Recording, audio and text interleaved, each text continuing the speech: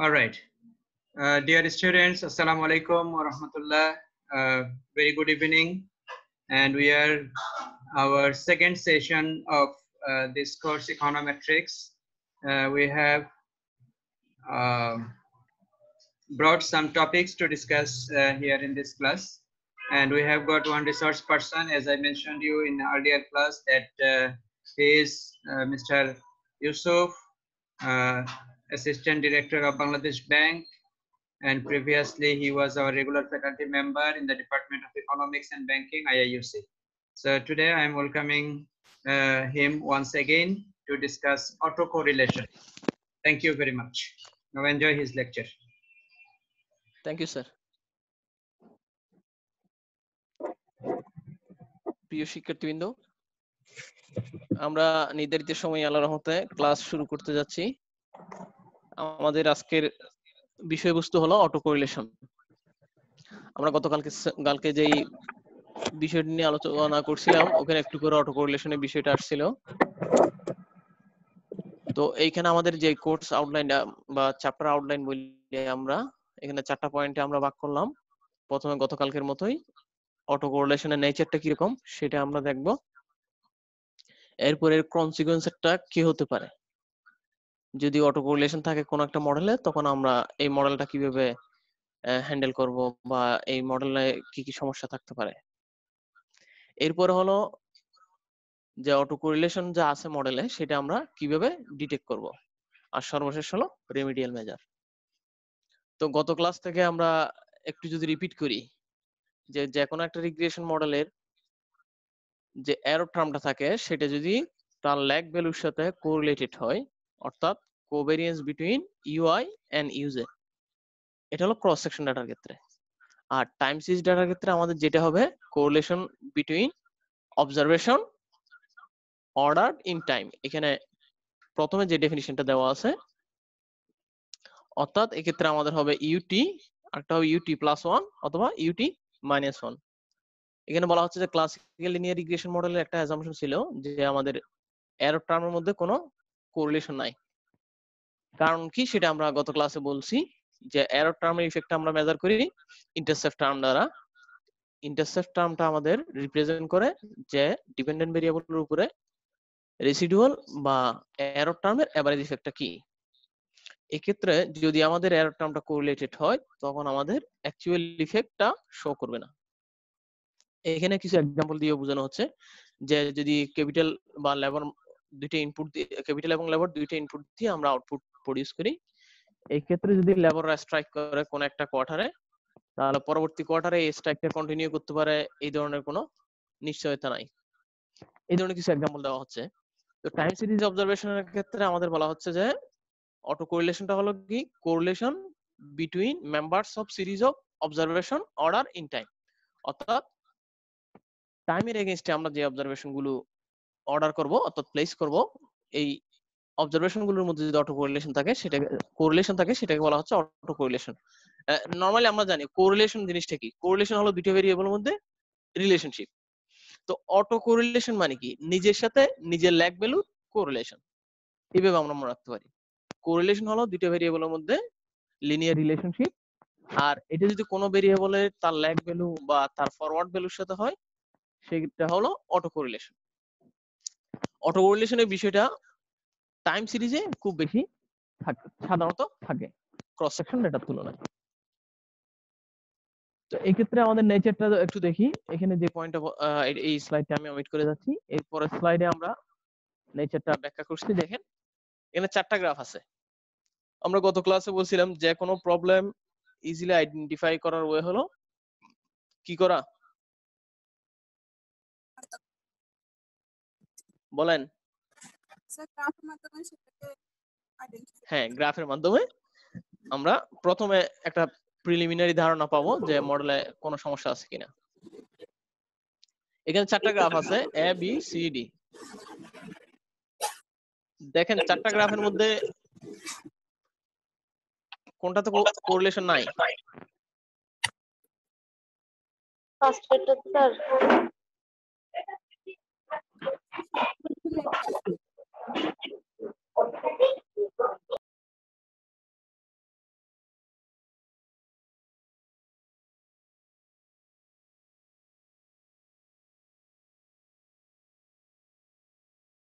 একটা নির্দিষ্ট প্যাটার্ন যদি ধারণ করে এর অর্থ হলো মডেলে অটো কোরিলেশন প্রবলেম আছে, যদি নির্দিষ্ট প্যাটার্ন ধারণ করে। আর যদি এক্সাক্ট কোনো প্যাটার্ন পাওয়া না যায় তাহলে সেক্ষেত্রে এটা হবে অটো কোরিলেশন প্রবলেমটা নাই। এখানে চারটা গ্রাফেরই কি আছে, অটো কোরিলেশন প্রবলেম আছে। মূলত অটো কোরিলেশন প্রবলেম নাই ওই ধরনের গ্রাফ আমি এখানে শো করি নাই, এটা আরেকটা স্লাইডে আমাদের আছে, সেখানে থেকে একটু যদি আমরা দেখি সেটা হলো এই গ্রাফটা খেয়াল করেন।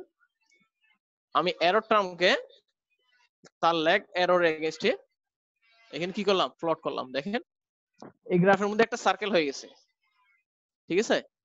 তাহলে এই সার্কেলের মধ্যে আসলে এক্সাক্ট কোনো কি নাই, প্যাটার্ন নাই। যেহেতু এক্সাক্ট কোনো প্যাটার্ন নাই সুতরাং এই গ্রাফের মধ্যে কি নাই, অটো কোরিলেশন প্রবলেমটা নাই। আর আমরা এর আগে যে চারটা গ্রাফ দেখলাম, চারটা গ্রাফেরই কি আছে, স্পেসিফিক একটা প্যাটার্ন আছে।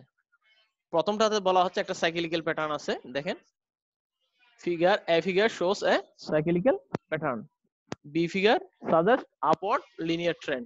এটা কিন্তু এই পয়েন্টগুলো যদি আমরা একটা লাইন দ্বারা ড্র কানেক্টেড করে দিই তাহলে এটা একটা আপওয়ার্ড ট্রেন্ড হয়ে যাবে। এরপরেরটাতে কি আছে, একটা ডাউনওয়ার্ড ট্রেন্ড। তারপরেরটাতে কি আছে, quadratic trend, inverted you shape. তার মানে এই চারটা গ্রাফে কি আছে, অটো কোরিলেশন প্রবলেম আছে। এতটুকু ক্লিয়ার? জি স্যার। আচ্ছা, এরপরে আমরা যেটা করলাম বলা হচ্ছে অটো কোরিলেশন সমস্যাটা আছে সেটা আমরা কিভাবে জানবো, সেটা জানার জন্য কতগুলো কারণ, অটো কোরিলেশন সমস্যার কারণগুলো কি। দেখেন এখানে 7টা বা 8টা কারণকে উল্লেখ করা হয়েছে। প্রথম বলা হচ্ছে কি, ইনার্শিয়া। ইনার্শিয়া মানে হলো মূলত ইকোনমিক ডেটা সিরিজের একটা নির্দিষ্ট প্যাটার্ন থাকে। মোমেন্টাম বলা হচ্ছে কি, দেখেন a prominent feature of most economic time series, there is a momentum built into them and it continues until something happens. জিনিসটা আমি আরেকটু সহজ করে বলি। যেমন ধরেন আমাদের গত 10 বছরের জিডিপি, গতকালকে যেটা বললাম, আমাদের জিডিপি গ্রোথ কিন্তু কন্টিনিউয়াসলি কি বাড়তেছে বলা যায়, যে 6.5 বা 7.2 7.8 8.2 এইভাবে ক্রমান্বয়ে যখন বাড়া শুরু করে বাড়তেছে। এখন দেখেন যখন এই যে কোভিড-19 এর কারণে আমাদের এক্সপোর্ট ইম্পোর্ট কমা শুরু করবে, তখন আপনি যদি সিরিজগুলো দেখেন যে আমাদের export growth negative, import growth negative, এবং গত 3-4 মাস ধরে এটা মান্থলি গ্রোথটা নেগেটিভ চলতেছে, এবং এটা হয়তো আরো বেশ কিছুদিন থাকবে। অর্থাৎ ডেটার প্যাটার্নটা এরকম যে একবার ফল করা শুরু করলে সেটা বেশ কিছুদিন ফল করতে থাকে, আবার যদি আপ ট্রেন্ড শুরু করে তাহলে সেটা বেশ কিছুদিন আপ ট্রেন্ড থাকে। এটার একদম ভালো এক্সাম্পল হলো বিজনেস সাইকেল। ঠিক আছে, বিজনেস সাইকেল সম্পর্কে কারো আইডিয়া আছে?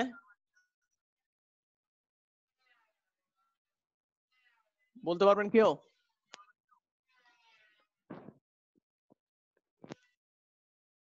মন শুনতে পাচ্ছেন? 5টা স্টেজ নাকি? হ্যাঁ বলেন। জি, বিজনেস সাইকেল কি দেখায়?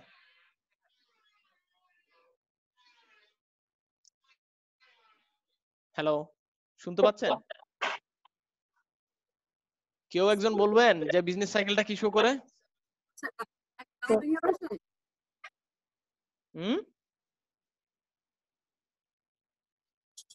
আচ্ছা, পাশে আমাদের 4টা গ্রাফ আছে, কোন গ্রাফটা বিজনেস সাইকেলের মতো দেখতে? সাইকেলে হুম, স্যার একদম প্রথমেরটা। একদম প্রথমটা, ভেরি গুড। হ্যাঁ হ্যাঁ, প্রথমটা হলো বিজনেস সাইকেল। দেখেন একটু আপওয়ার্ড হয় আর কি, এটা তো আমার গ্রাফের মধ্যে রয়ে গেছে, একটু উপর দিকে যাবে। দেখেন তাহলে, দেখেন প্রথমে যখন বাড়া শুরু করছে অনেকক্ষণ পর্যন্ত এটা বাড়তে থাকলো, আবার যখন ফল করা শুরু করলো একটা নির্দিষ্ট টাইম পর্যন্ত কি করলো, ফল করলো। আবার যখন আপ টার্ন শুরু করলো, কি হলো, আপ টার্ন করা শুরু করলো। তো এই জিনিসটাকে বলা হচ্ছে ইনার্শিয়া, যে যখন ফল করা শুরু করবে একটা নির্দিষ্ট টাইম পর্যন্ত ফল করবে, আবার যখন আপ টার্ন নেওয়া শুরু করবে নির্দিষ্ট টাইম পর্যন্ত আপ টার্ন করবে। যদি এই ধরনের সমস্যা থাকে তাহলে দেখেন এই পয়েন্টে ডেটা যদি আমি হিসাব করি তাহলে এর আগের পয়েন্টে কি ছিল আপটার্ন ছিল, তার মানে তার আগের ডেটার সাথে এটা লিংক আছে, এর আগেরটা আপটার্ন, সুতরাং এটা কি হচ্ছে আপটার্নের দিকে যাচ্ছে। অর্থাৎ এক কথা এখানে হলো ডেটার মধ্যে যে ইকোনমিক ডেটার যে ফিচার যে বৈশিষ্ট্য এর মধ্যেই কি আছে অলরেডি, যে ডেটার মধ্যে অটো কোরিলেশন সমস্যাটা ইনবিল্ড রয়ে গেছে। আচ্ছা, এরপরে বলা হচ্ছে স্পেসিফিকেশন বায়াস। খেয়াল করেন গত ক্লাসে আমরা শুরুতে একটু করে বলছিলাম এক্সক্লুডেড ভেরিয়েবল কেস, অর্থাৎ এখানে কি করা হচ্ছে, আমার একটা রিলেভেন্ট ভেরিয়েবলকে আমি অমিট করতেছি। সেটা কিভাবে, আমি একটু নিচে লিখি, ধরেন y ইকুয়াল টু β1 বা b1 plus b2 x2 plus b3 x3 plus u। ঠিক আছে, এটা হলো আমার মূল মডেল পপুলেশন রিগ্রেশন লাইন।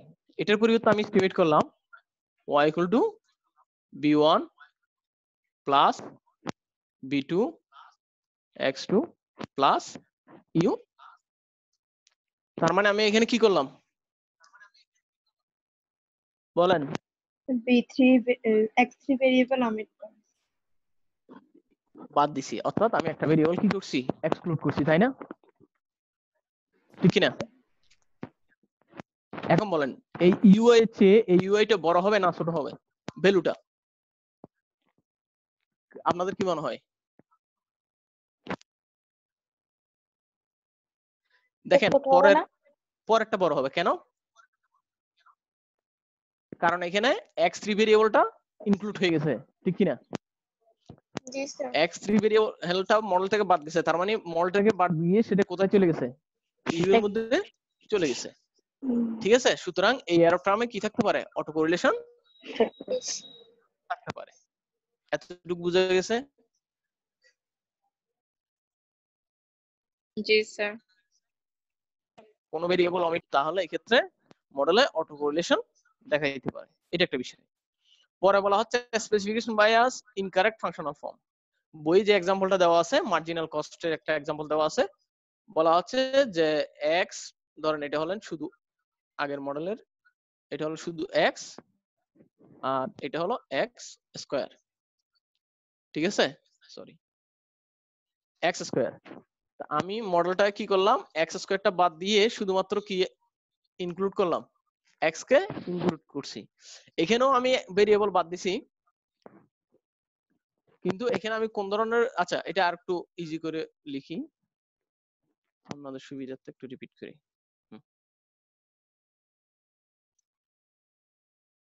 দেখেন ধরেন এখানে আমি লিখলাম x স্কয়ার ছিল, এটা হলো শুধু x, x2 আর এটা হলো x3 স্কয়ার। কি বললাম, এটা হলো x3 স্কয়ার, যেহেতু সাবস্ক্রিপ্ট বোঝানো যাবে না একটু খেয়াল করেন, এটা মূলত x3 স্কয়ার বোঝানো হচ্ছে। এরপর বিটা 3 x3 প্লাস u। এখানে আমি কি করছি দেখেন, প্রথম মডেলে x3 কি আকারে আছে, এটা মূলত 32 না, এটা হলো মূলত x3 স্কয়ার। আমার কথা বুঝা যাচ্ছে? আমাদের পপুলেশন, হ্যাঁ পপুলেশন রিগ্রেশন লাইনটা হলো β1 plus β2 x2 plus β3 x3 square. ঠিক আছে, কিন্তু এটাকে আমি এস্টিমেট করলাম কি β2 x2 β3 x3, অর্থাৎ আমি এখানে ফাংশনাল ফর্মটাকে কি ধরে নিলাম, লিনিয়ার ধরে নিলাম। আমাদের ফাংশনাল ফর্মটা ছিল কোয়াড্রেটিক, এটাকে আমি কি করলাম, লিনিয়ার ধরলাম।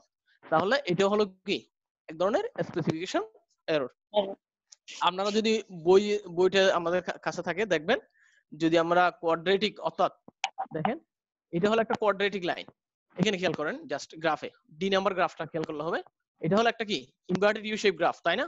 এটাকে আমি এখন কি করে ফেলছি, এরকম একটা সরল রেখা করে ফেলছি।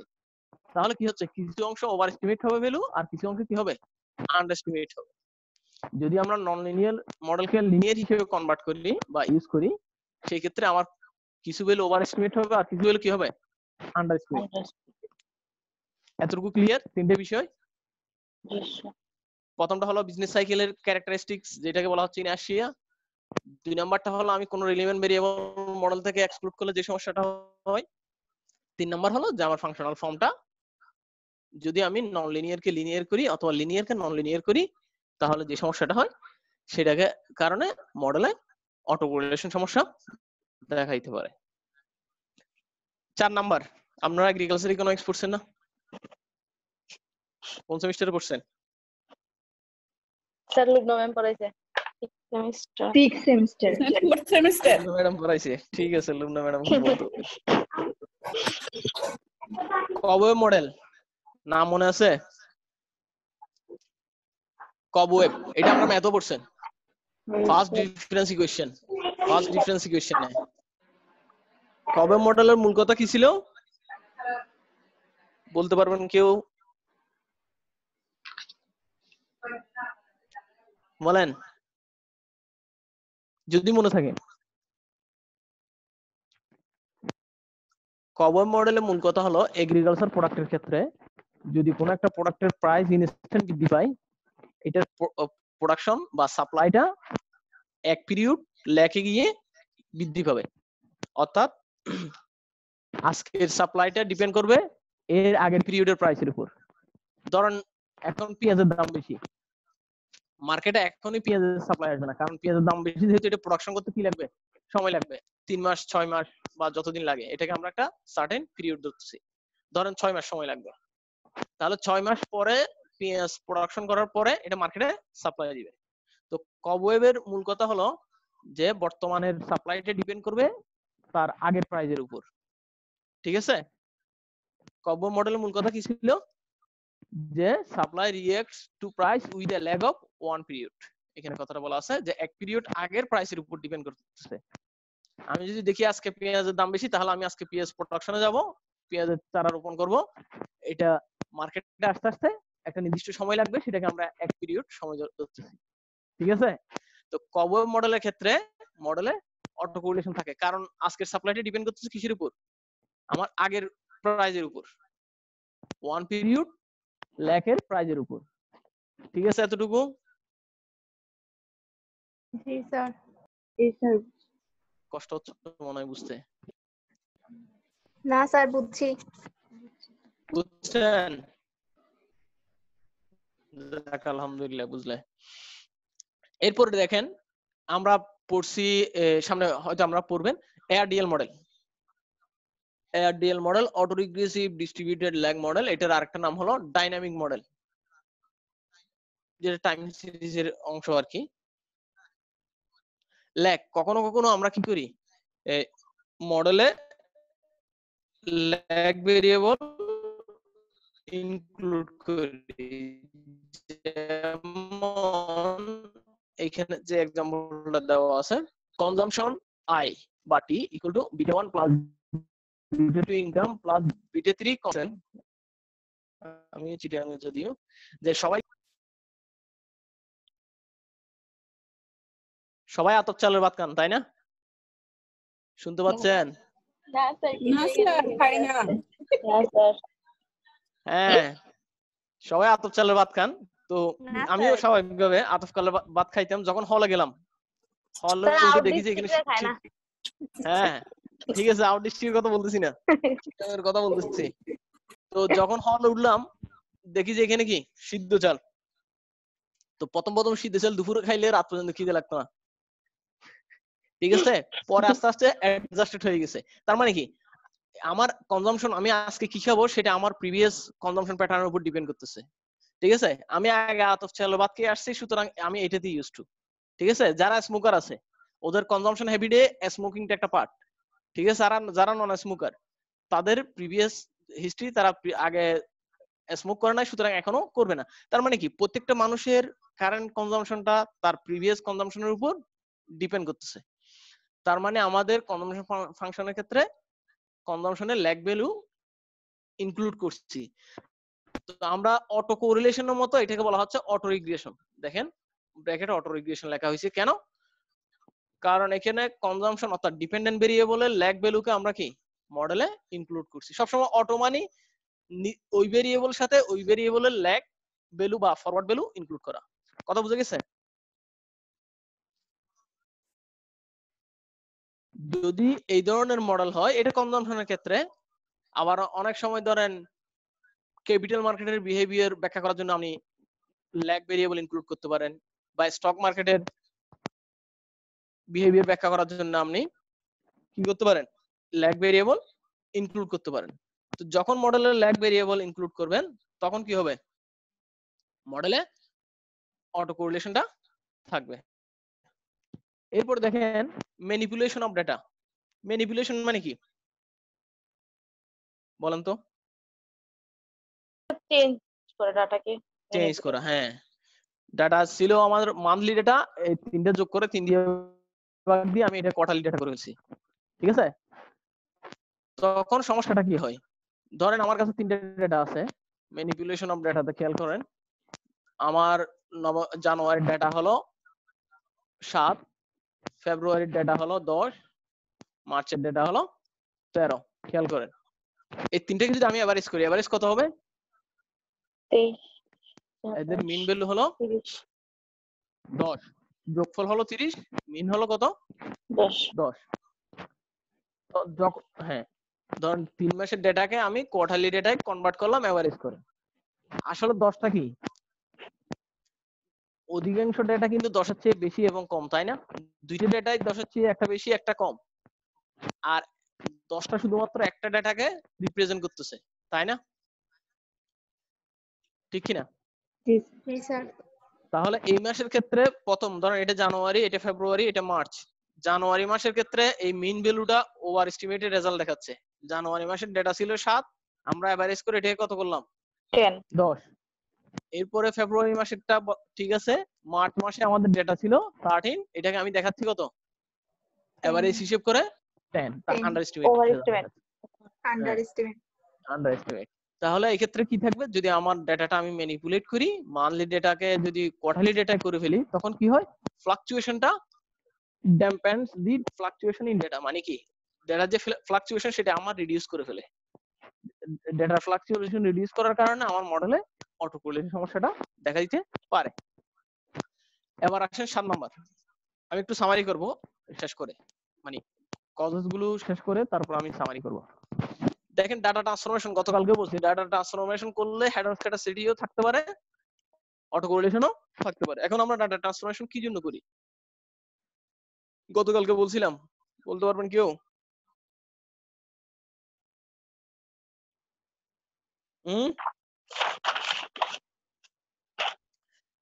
গতকালকের খাতা খোলার দরকার নাই, যদি মনে থাকে বলেন।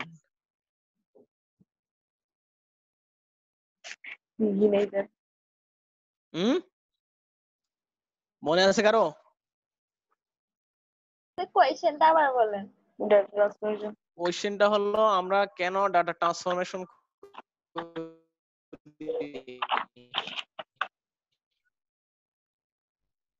বলেন তো?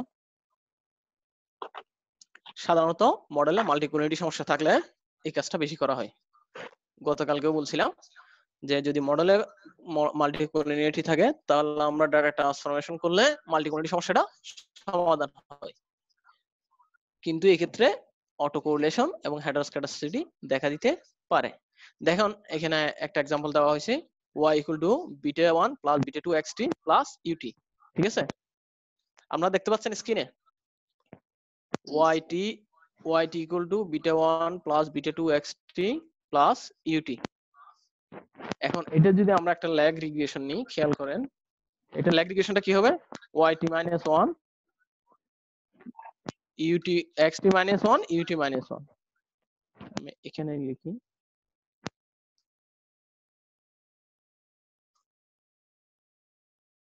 পরে ডিলিট করে দেব। দেখেন এটা হলো yt, আমি এটার সাবস্ক্রিপ্ট দিলাম yt - 1, এটা সাবস্ক্রিপ্ট হলো xt - 1 ut - 1। অর্থাৎ আমি কি করলাম, এক পিরিয়ড ল্যাগ নিছি, তাই না? একটু রেসপন্স করি। জি স্যার। প্রথম মডেলটার এক পিরিয়ড ল্যাগ। এখন এটা থেকে যদি এটা বিয়োগ করি প্রথম মডেল থেকে দ্বিতীয় মডেলটা, তাহলে এটা হলো yt - yt - 1, ঠিক কি না? জি স্যার। সেটাকে আমরা কি দ্বারা লিখি, ডেল্টা ডেল্টা ওয়াইটি, ওয়াইটি। ঠিক আছে। জি স্যার। অনুরূপ ভাবে তাহলে আমরা বিটা 1 থেকে যদি বিটা 1 মাইনাস করি কি হবে? Beta 1 minus beta 1 0 0, very good. এরপর beta 2 xt minus beta 2 xt minus 1, এখান থেকে তাহলে আমরা বিটা 2 টা কমন নিয়ে নিব। হ্যাঁ, আর আর কি ওটা থাকবে? বিয়োগ xt করলে হবে মাইনাস, ডেল্টা এক্সটি। এই তো ভেরি গুড। তারপরে কি আছে? ut মাইনাস ut মাইনাস 1, তাহলে ডেল্টা ইউটি। ডেল্টা ut কে এখানে বিটি হিসেবে দেখানো হচ্ছে, ঠিক আছে। তাহলে এই যে মডেলটা, যে মডেলটা এখানে লেখা আছে, এখানে বিটি টা মূলত কি? ut মাইনাস ut মাইনাস 1, ঠিক কি না?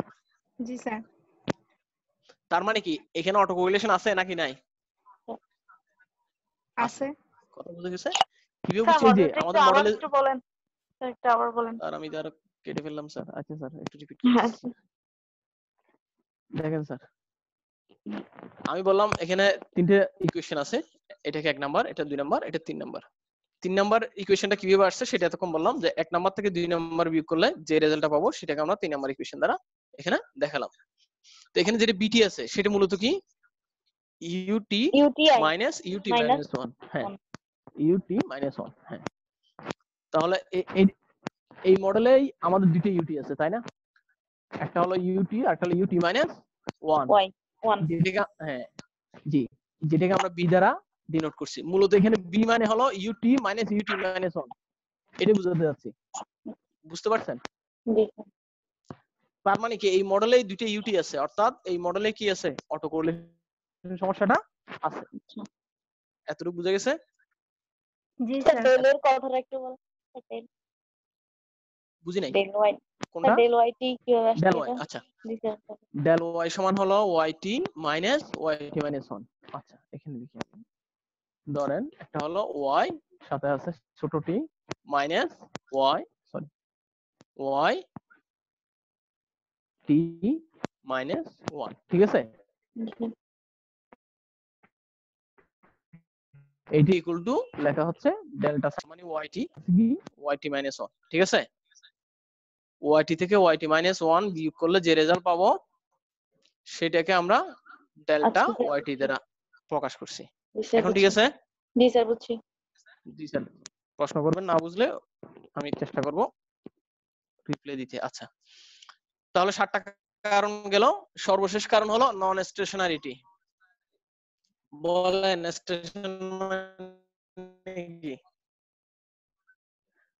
নিউ মার্কেট কারো বাসা আছে? রেল স্টেশন আছে না পাশে? বলেন স্টেশন মানে কি বোঝানো হয়?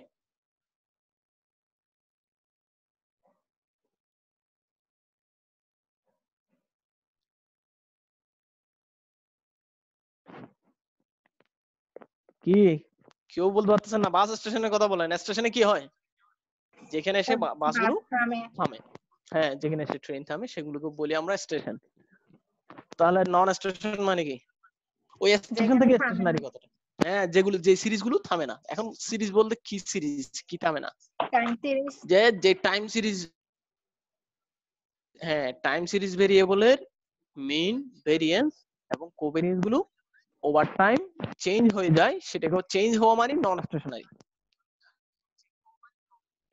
ঠিক আছে। চেঞ্জ হওয়া মানে কি? নন স্টেশনারি। কি চেঞ্জ হওয়া? কোন একটা সিরিজের মিন ভ্যালু, ভেরিয়েন্স এবং কোভেরিয়েন্স। কথা বুঝে গেছে?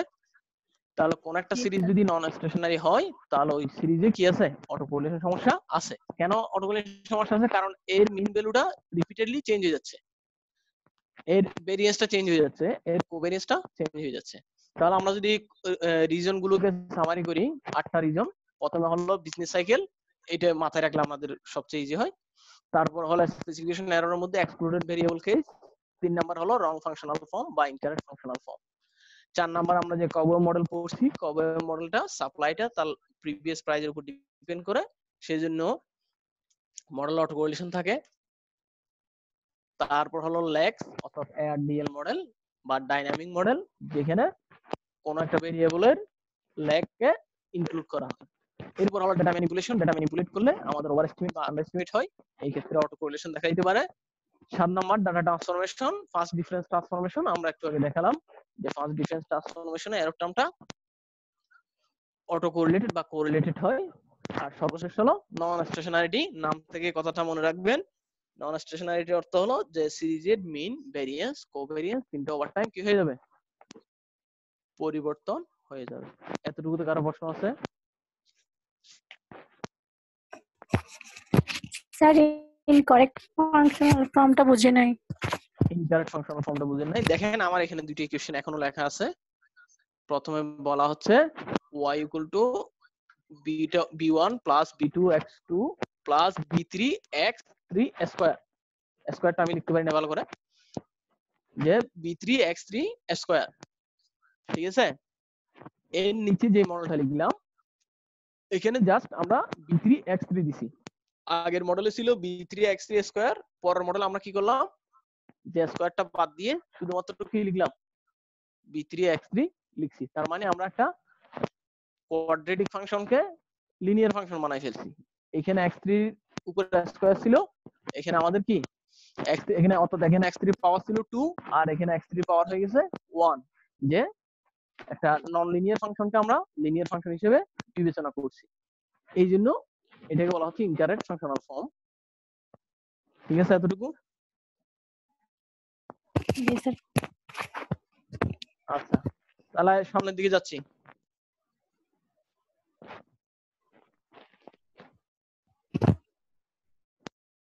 এখন দেখেন অটো কোঅর্ডিনেশন সমস্যা যদি থাকে তাহলে আমাদের কি হতে পারে। এর আগে আমরা ডিটেকশনটা একটু পড়ে নিই, তাহলে মনে হয় বেটার হবে। ডিটেকশনটা পড়ে আছে, আচ্ছা কনসিকুয়েন্সটা আগে পড়ি। যদি অটো কোরিলেশন থাকে এর মতো, হেডার স্ক্যাটার সিটির মতো, তখন ওএলএস আর কি হবে না, বেস্ট হবে না। কেন বেস্ট হবে না সেটা একটু দেখেন।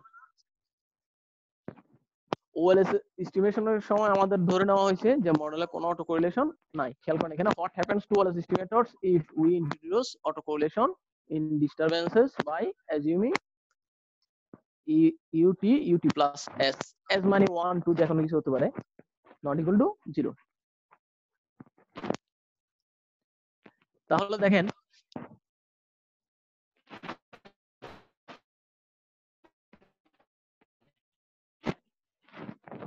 হতে পারে কোরিলেশন মানে এটা কি শুধুমাত্র এক পিরিয়ড ল্যাগের উপর ডিপেন্ড করবে, না দুই পিরিয়ড ল্যাগের উপর ডিপেন্ড করবে, না তিন পিরিয়ড ল্যাগের উপর ডিপেন্ড করবে, সেটা বলা হচ্ছে। আমরা ধরে নিচ্ছি যে এক পিরিয়ড ল্যাগের উপর ডিপেন্ড করবে। যদি এক পিরিয়ড ল্যাগের উপর ডিপেন্ড করে তাহলে এই ক্ষেত্রে কি রেজাল্ট আসতে পারে সেটা দেখানো হচ্ছে। এখানে দেখেন এয়ার1 মানে কি কেউ বলতে পারবেন?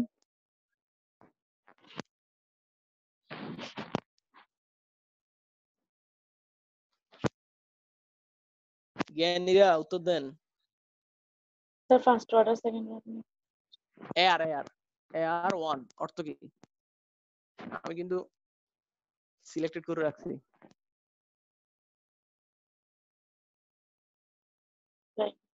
Auto regressive. হ্যাঁ, auto regressive of order 1, very good.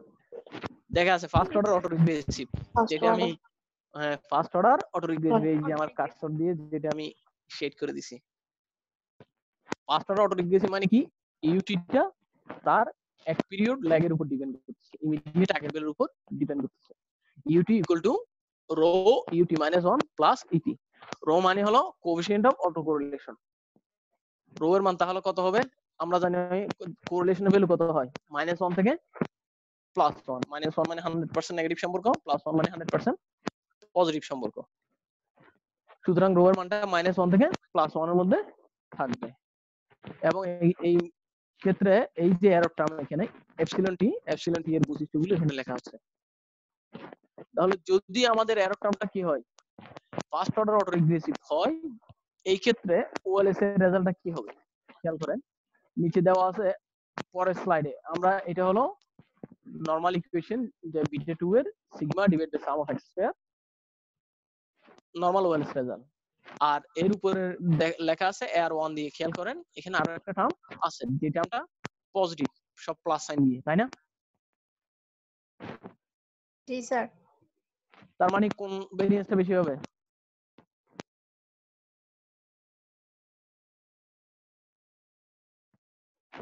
Air 1 একটা না ওএলএস টা?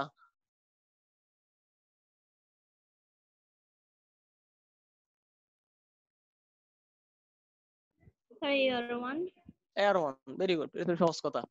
এয়ার 1 এর ইকুয়েশনটা অনেক বড়, এখন এগুলো সব প্লাস সাইন দিয়ে, ঠিক আছে? তাহলে আমাদের কি এয়ার 1 এর ভেরিয়েন্সটা ওএলএস চেয়ে বড় হবে, অর্থাৎ ওএলএস এর ভেরিয়েন্সটা এখানে আন্ডার এস্টিমেট করে, অ্যাকচুয়াল ভেরিয়েন্সকে আন্ডার এস্টিমেট করে।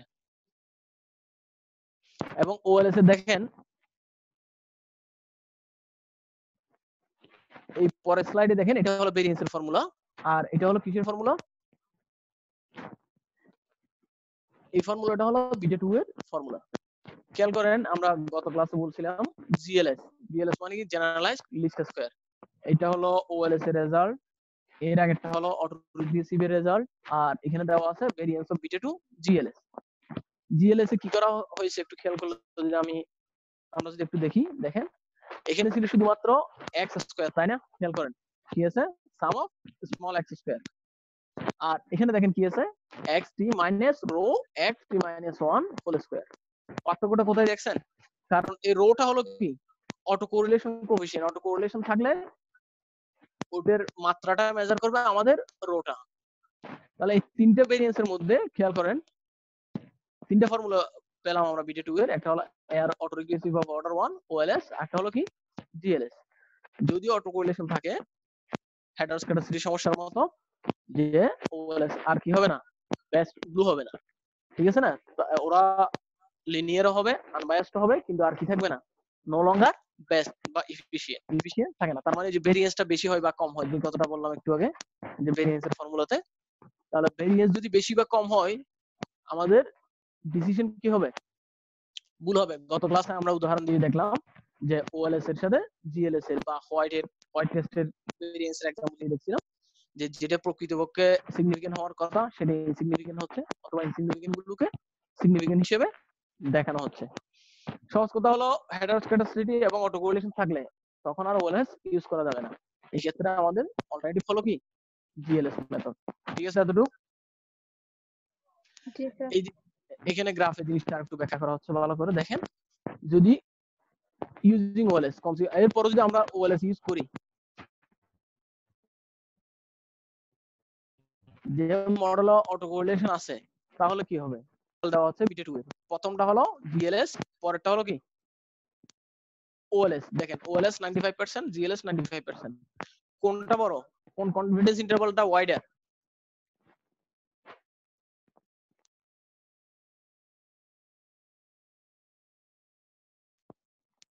বলেন। ওএলএস টা ওয়াইডার, ভেরি গুড। এই কথাটাই যে আমাদের ওএলএস এর কনফিডেন্স ইন্টারভালটা দেখেন, জিএলএস এর কনফিডেন্স ইন্টারভাল হলো প্রথমে যেটা আছে, এরপর যেটা আছে সেটা হলো ওএলএস এর কনফিডেন্স ইন্টারভাল। এরপর স্লাইডে এগুলোকে সামারি করা হচ্ছে, the residual variance is likely to underestimate the true sigma, অর্থাৎ ওএলএস এর যে রেসিডুয়াল ভেরিয়েন্স আছে সেটা কি ট্রু সিগমাকে আন্ডারএস্টিমেট করে। এই যে কথাটা আমরা এর আগে বলছি, দেখেন 2 নাম্বার বলা হচ্ছে as a result we are likely to overestimate r square, ঠিক আছে? ভেরিয়েন্সের মান কম হওয়ার অর্থ হলো r স্কয়ার মান বেশি হবে, ঠিক আছে? রেসিডুয়ালের মান তত কম হবে, r স্কয়ার তত বেশি হবে। তাহলে মডেলে ভেরিয়েন্স আমাদের কম দেখাবে, আর স্কয়ার ভ্যালু বেশি দেখাবে, ফলে টি এবং এফ টেস্টের মাধ্যমে যে রেজাল্ট পাবো সেটা আর কি হবে না, ভ্যালিড হবে না, নো লঙ্গার ভ্যালিড। এতটুকু কারো প্রশ্ন আছে?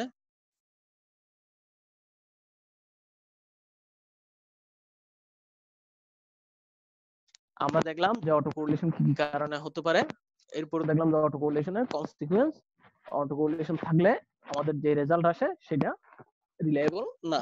এই ক্ষেত্রে আমরা ওএলএস দিয়ে যে রেজাল্ট ইউজ করব সেটা রিলায়েবল না, আমরা জিএলএস এর পদ্ধতিতে যে রেজাল্ট পাবো সেটাই গ্রহণ করব। কারো প্রশ্ন আছে এতটুকুতে?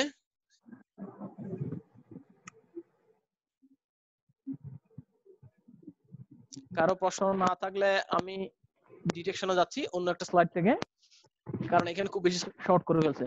ডিটেকশনটা একটু দেখি, একটু পরেই শেষ বছরের ক্লাস, বেশিক্ষণ নাই, আমার হাতে মনে হয় 13 মিনিটের মতো সময় আসছে। দেখেন তাহলে আমরা এতক্ষণ পড়লাম যে অটো কোরিলেশন কি কি কারণে হতে পারে, তারপর পড়লাম যে অটো কোরিলেশন থাকলে ওএলএস ব্যবহার করলে কি কি সমস্যা হবে, এবং ওএলএস বাদ দিয়ে আমরা কেন জিএলএস ইউজ করব। এখন হচ্ছে যে মডেলে যে অটো কোরিলেশন আছে সেটা আদৌ কিভাবে জানবো? গতকালকে বলছিলাম যে কোনো সমস্যার সহজ সমাধান কি বলেন? সহজ ডিটেকশন হলো গ্রাফিক্যাল মেথড। গ্রাফ দিয়ে আমরা একটা গ্যাস করতে পারবো যে মডেলে আদৌ অটো কোরিলেশন আছে কিনা। এরপরে ফর্মাল মেথড গুলোতে গিয়ে আমরা স্পেসিফিক ভাবে করব। খেয়াল করেন তাহলে এখানে দুটো গ্রাফ দেওয়া আছে, একটা ফিগার 1 এরপর একটা ফিগার 2। এই দুটো গ্রাফে অটো কোরিলেশন আছে নাকি নাই বলেন? আছে। সবাই কি একমত? জি স্যার। ওই শব্দ মাত্র 2-3টা, বাকিরা কি একমত না দেড় মত না?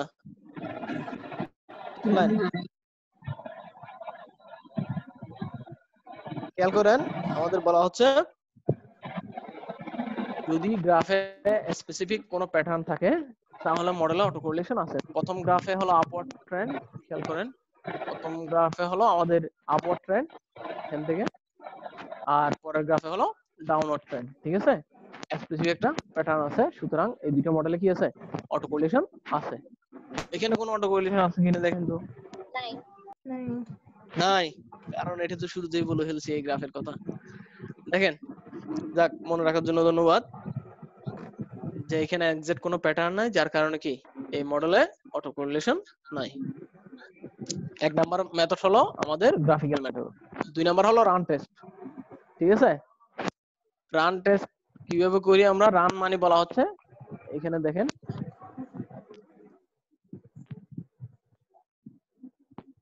আমাদের যতগুলো রেসিডুয়াল আছে এগুলোকে আমরা কি করব?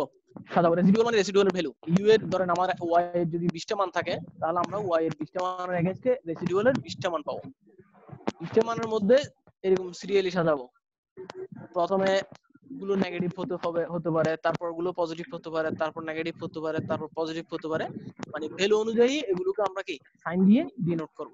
ঠিক আছে, রান টেস্টের মূল কথা হলো যে ভ্যালু অনুযায়ী আমরা কি করব? ধরুন প্রথম 10টা ভ্যালু পজিটিভ, তাহলে আমরা প্রথমে 10টা পজিটিভ দিব। তারপরে 10টা ভ্যালু হলো নেগেটিভ, তাহলে সেগুলোকে আমরা মাইনাস সাইন দিয়ে ডিনোট করব।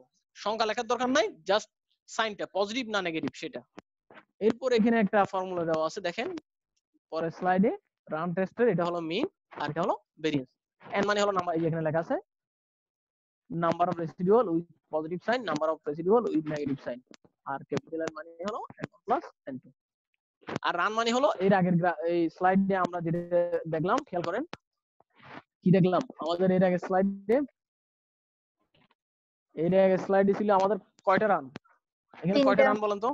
3টা রান। এইগুলোকে বলা হচ্ছে হ্যাঁ 3টা রান, এক্স্যাক্টলি এখানে 3টা রান, তো এটাকে বলা হচ্ছে রান।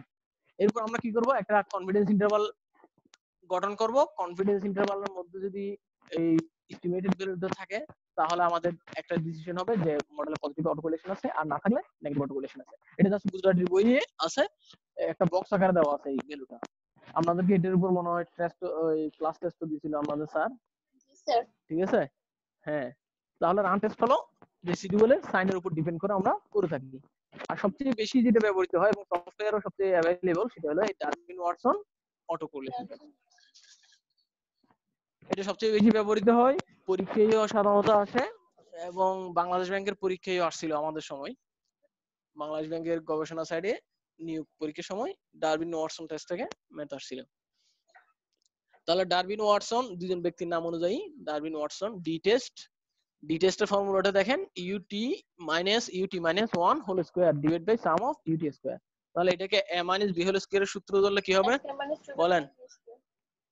হ্যাঁ, তাহলে এখানে a জায়গায় হবে ইউটি আর b এর জায়গায় হবে কি মাইনাস ইউটি। তাহলে a square minus 2a plus b স্কয়ারের সূত্র করে এখানে কিছু মডিফিকেশন করে আলটিমেটলি ডি টেস্টের ফর্মুলা হয় এটা, d equal to 2 into 1 minus ut into ut minus 1 divided by ut square।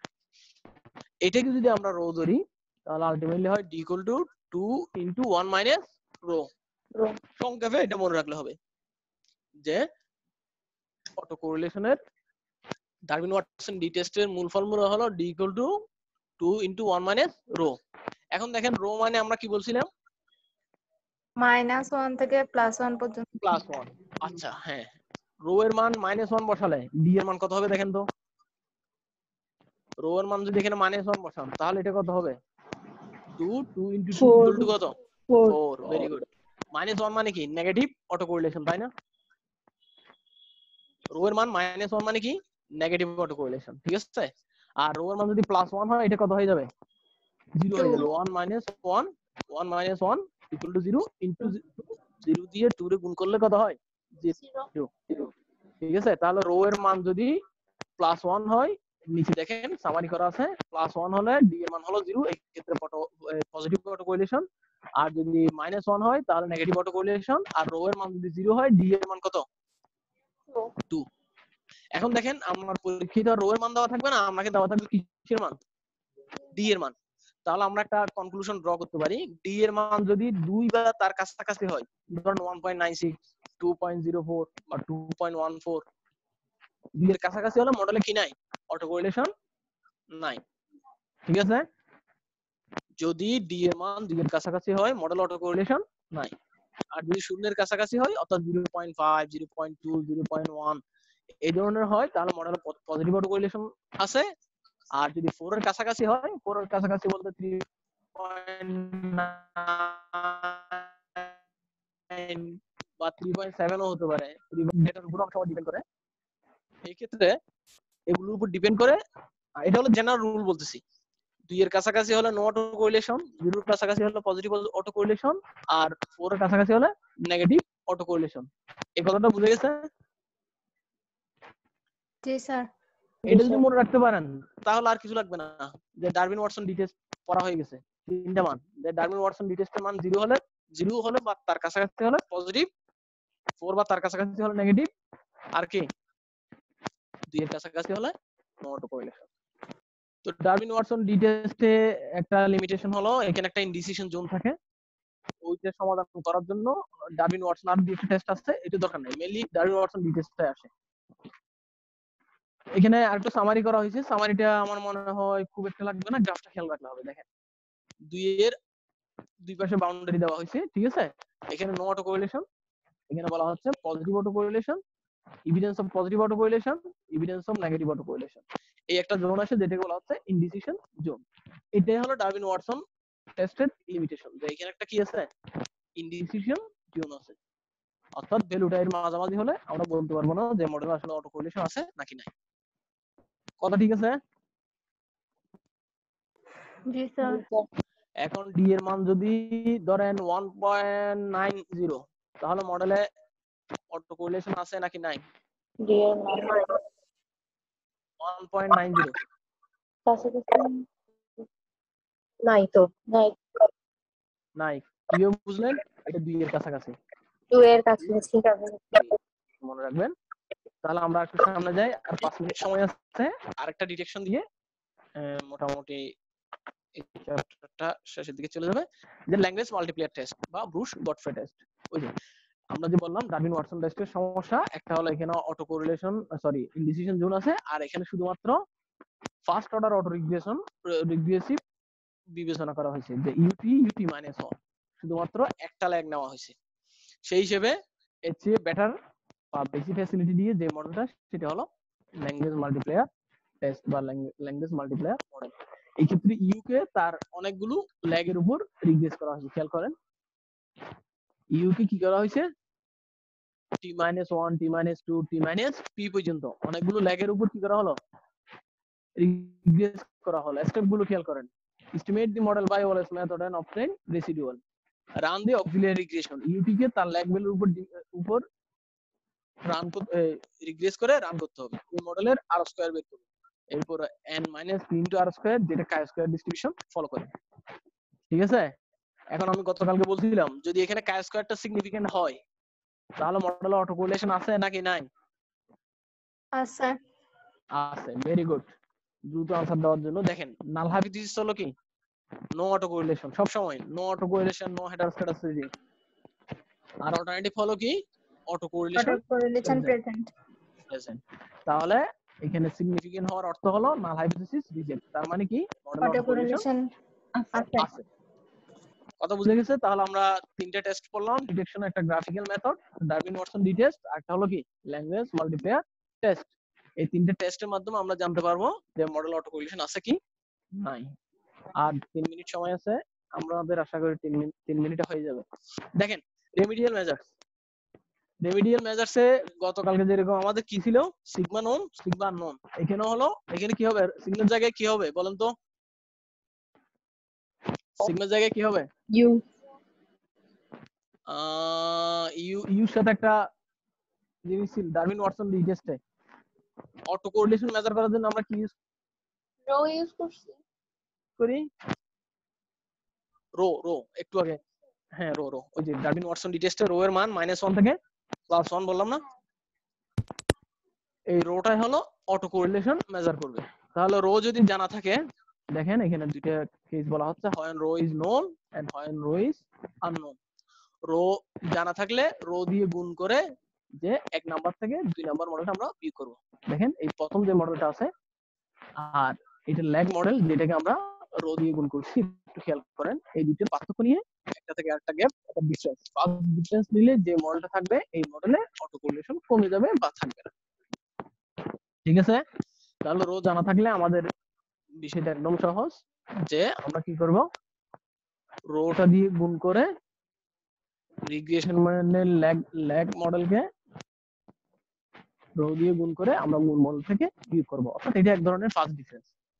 ঠিক আছে, যে এখানে আমরা y এর ডিফারেন্স ভ্যালু নিছি, x এর ডিফারেন্স ভ্যালু নিলাম। তাহলে এখানে আমাদের কি হচ্ছে, প্রথমে হ্যাঁ শামিমা কিছু বলবেন মনে হয়, বলেন, কেউ একজন হাত উঠেছিলেন, বলেন।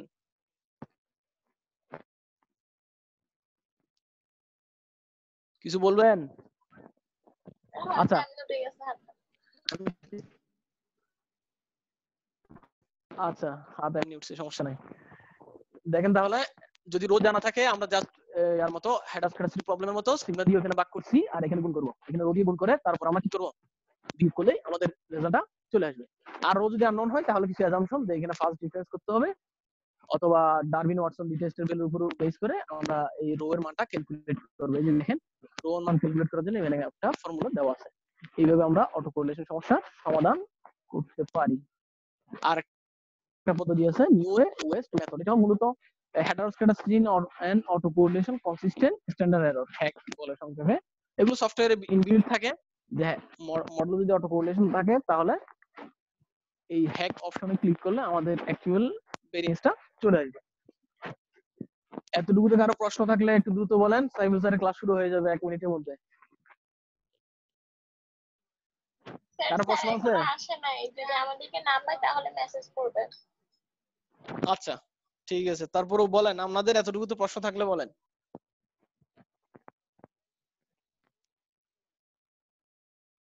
কারো প্রশ্ন নাই? আপনারা কি সবকিছু বুঝছেন নাকি কিছুই বুঝেন নাই, কোনটা? বুঝছি স্যার, এগুলা স্যার আগে একটু বুঝাইছিল স্যার। আচ্ছা, আগে একটু বুঝাইছিল, এখন কি পুরোটা বুঝছেন? জি স্যার। নাকি আগে বুঝছেন যে ওটা ভুলে গেছেন? আচ্ছা ঠিক আছে, তাহলে আমরা এতটুকুতে শেষ করতে যাচ্ছি। তার আগে একটু সামারি করি। প্রথমে হলো আমরা অটো কোরিলেশন জিনিসটা বললাম, যে এরর টার্ম যদি তার ল্যাগ এরর টার্মের সাথে কোরিলেটেড হয় তাহলে এটাকে বলা হচ্ছে আমরা অটো কোরিলেশন। নরমালি কোরিলেশন মানে দুইটা ভেরিয়েবলের মধ্যে রিলেশনশিপ, আর অটো কোরিলেশন মানে কোনো ভেরিয়েবল তার ল্যাগ ভেরিয়েবলের সাথে কোরিলেটেড হলে সেটাকে বলি আমরা অটো কোরিলেশন। এর অনেকগুলো কারণ আমরা পড়ছি, যে ইনার্শিয়া বা বিজনেস সাইকেল, তারপরে specification error, excluded variable case, incorrect functional form, তারপরে lag, cobweb model, data manipulation, data transformation, non stationarity, এইসব কারণে আমাদের মডেলে অটো কোরিলেশন সমস্যাটা দেখা দিতে পারে। অটো কোরিলেশন সমস্যা যদি থাকে তাহলে আমরা ওএলএস যদি ব্যবহার করি আমাদের রেজাল্টটা ভুল আসবে। এই ক্ষেত্রে আমাদের অ্যাপ্রোপ্রিয়েট মেথড হলো জিএলএস। জিএলএস আমরা কি করি, এর আগে হেটারোস্ক্যাটাসিটি যেরকম সিগমা দ্বারা ভাগ করলাম, এখানে রো দ্বারা গুণ করি। জিএলএস মেথডে জাস্ট যেই ইকুয়েশনটা থাকে ওই ইকুয়েশনটাকে ল্যাগ ফর্মে নিয়ে রো দ্বারা গুণ করে ট্রান্সফরমেশন করি। এরপর হলো আমরা ডিটেকশনের তিনটা মেথড, একটা হলো গ্রাফিক্যাল, চারটা, একটা হলো গ্রাফিক্যাল, তারপর হলো রান টেস্ট, এরপর ডারউইন ওয়াটসন লি টেস্ট, এরপর ল্যাঙ্গুয়েজ মাল্টিপ্লেয়ার টেস্ট। সবচেয়ে বেশি ব্যবহৃত টেস্ট হলো ডারউইন ওয়াটসন লি টেস্ট। ডারউইন ওয়াটসন লি টেস্টের মান 0 মানে পজিটিভ অটো কোরিলেশন, 2 মানে নো অটো কোরিলেশন, 4 বা 4 এর কাছাকাছি হলো negative auto correlation. Negative auto correlation. জি। এরপর হলো আমাদের রেমেডিয়াল মেজার্স। রেমেডিয়াল মেজারও খুব সহজ, যদি রো জানা থাকে রো দ্বারা গুণ করে ফেলবো, আর যদি রো জানা না থাকে তাহলে রো এর মানটা আমরা ক্যালকুলেট করব বা ফার্স্ট ডিফারেন্স করব। আরেকটা ওয়ে আছে, সেটা হলো সফটওয়্যারে যে inbuilt hack header scatter auto correlation consistent standard error আমরা ইউজ করতে পারবো। এই হলো আজকের আলোচনা। কারো কোনো প্রশ্ন থাকলে এরপরে বলতে পারেন। কারো প্রশ্ন আছে? না স্যার। ঠিক আছে স্যার, ধন্যবাদ। যদি সব ঠিকঠাক থাকে ইনশাআল্লাহ আগামীকালকে আমরা টাইম সিরিজটা একটু পড়বো। স্যার কালকে কি 7টার সময় ক্লাস নাকি 7:30টায়? কালকে কোনো ক্লাস আছে আর? না স্যার, তাহলে এখনো 7:30 কোনো টিচারের ক্লাস রাখে নাই। তাহলে ধরে নেন 7:30টায়, আচ্ছা কারণ স্যার। 7টা একটু তাড়াহুড়ো হয়ে যায়। জি স্যার। জি জি। তাহলে আজকে এতটুকুই থাকলো। আমাদের স্যার আসছে সম্ভবত। স্যার আমরা মোটামুটি শেষ করলাম ইনশাআল্লাহ। জি জি। আলহামদুলিল্লাহ। আমরা সাইফুল স্যার চলে আসছে। Thank you very much. হ্যাঁ, তো আমরা আর বেশি সময় নষ্ট করতে চাই না, স্যারের ক্লাস আছে। তো আমরা আবারও ধন্যবাদ জানাতে চাই আমাদের ইউসুফ স্যারকে, উনি অনেক কষ্ট করছেন আমাদের জন্য। আল্লাহ ওনাকে এটার জন্য ডিউ রিটার্ন দিক, আমরা দোয়া করি ওনার জন্য। জি আর স্যার, আমরা দোয়া করি। জি স্যার।